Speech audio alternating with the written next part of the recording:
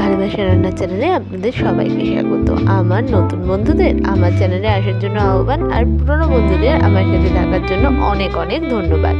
তো আজকে আমি যে রেসিপিটা নিয়ে এসেছি, এটা মোটামুটি সবাই খেয়েছেন। সেটা হলো এই আমাদের প্রসিদ্ধ আলু পোস্ত। তার জন্য আমি এখানে মাঝারি সাইজের আলু নিয়ে সেগুলোকে ছোট্ট ছোট্ট করে কেটে নিয়েছি খোসা ছাড়িয়ে। এরপর একটা শিলনোড়া নিয়ে তার মধ্যে দিয়ে দিয়েছি বেশ কিছুটা পোস্ত, সাদা তিল আর হলো কাঁচা লঙ্কা দুটো মতো। এই জায়গায় আপনি ইয়েও দিতে পারেন, টমেটোও দিতে পারেন। দিয়ে সমস্তটাকে জল দিয়ে বেটে নিচ্ছি। এটা মোটামুটি আদা বাটা হয়ে আসলে এর মধ্যে দিয়ে দিচ্ছি বেশ কয়েকটা গোলমরিচটা আপনার ঝাল অনুসারে দিয়ে আবারও ভালো করে এটাকে বেটে নিচ্ছি। তো এটা তো আমার বাটা হয়ে গেছে। এবার কড়াইতে আমি এখানে দিয়ে দিলাম সর্ষের তেল। আপনারা চাইলে সাদা তেলও দিতে পারেন। সর্ষের তেলটা দেওয়ার পরেই ছোট ছোট করে কেটে রাখা আলুগুলো কাঁচা তেলের মধ্যে দিয়ে একটু নাড়াচাড়া করে ওর মধ্যে দিয়ে দিলাম পরিমাণ মতো নুন। এটা আপনি আপনার পরিমাণ মতো দিয়ে দেবেন।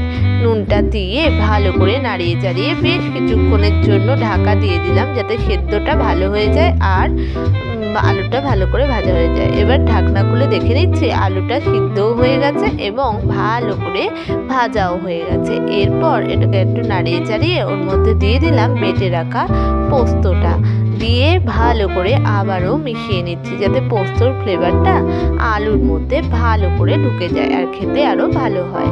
এরপর আমি এটাকে মিশিয়ে নিয়ে ভালো করে দিয়ে দিলাম ওর মধ্যে বেশ কিছুটা মিষ্টিটা আপনারা চাইলে অ্যাভয়েডও করতে পারেন।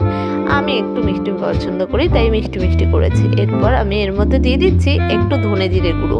এটা চাইলে আপনি নাও দিতে পারেন, এর জায়গায় কালো জিরে ফোড়ন দিতে পারেন। দিয়ে নাড়াচাড়া করে বেশ কিছুক্ষণ কষিয়ে নিয়ে ওর মধ্যে যখন এটা ভালো মাখা হয়ে আসলো, ওর মধ্যে আমি মশলার বাটি ধোয়া জলটা দিয়ে দিলাম। দিয়েও ভালো করে নাড়াচাড়া করে ঢাকা দিয়ে কিছুক্ষণ রেখে দিলাম।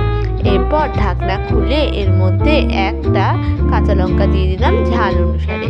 আবারও কিছুক্ষণ ঢাকনা দিয়ে চাপা দিয়ে রান্না করে নিয়ে এবার ঢাকনা খুলে দেখে নিচ্ছি এটা পুরো মাখা হয়ে গেছে। এবার সার্ভ করে নিচ্ছি আমাদের আজকের রেসিপি আলু পোস্ত। আলু পোস্ত তো আমার রেডি হয়ে গেছে। এবার আমি টেস্ট করে দেখব এটা ঠিক অথেন্টিক বীরভূম টাইপের আলু পোস্ত হয়েছে কিনা। এটা জাস্ট অসাম হয়েছে। গরম ভাত রুটি সবের সাথে জমে যাবে।